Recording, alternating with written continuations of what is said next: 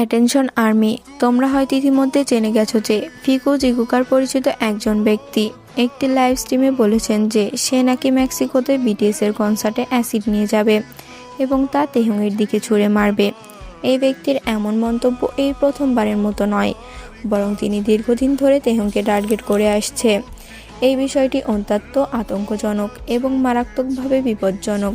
এই ব্যক্তির এমন মন্তব্য আমরা স্পষ্টভাবে বুঝতে পারি যে উনি একজন জিগুক শিপার এবং তেহং বিরোধী লোক। এখন কথা হচ্ছে এই বিষয়ে আমরা কি করতে পারি বা কি করে আমরা তেহংকে প্রোটেক্ট করব।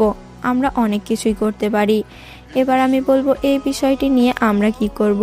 এখন আমাদের মূল কাজ হলো তেহংকে প্রোটেক্ট করা। তার জন্য হাইবের কাছে রিপোর্ট করতে হবে।